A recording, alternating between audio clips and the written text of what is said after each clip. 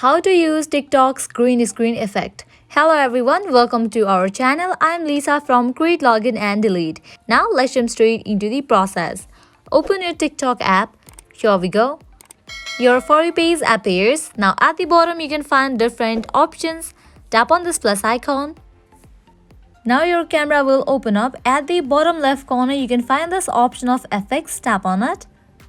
Over here you will find different sections. Just scroll to the right. You will find this option of green screen. Tap on it.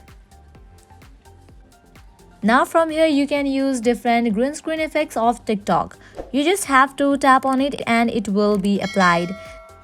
You can see that I have just applied one green screen effect. Now I can just shoot the video. Likewise, you can select any of the green screen effect and shoot the video. I hope now you guys are clear about how to use TikTok's green screen effect. At the end, if you find this video helpful, make sure to like, share and subscribe to our channel. Thank you.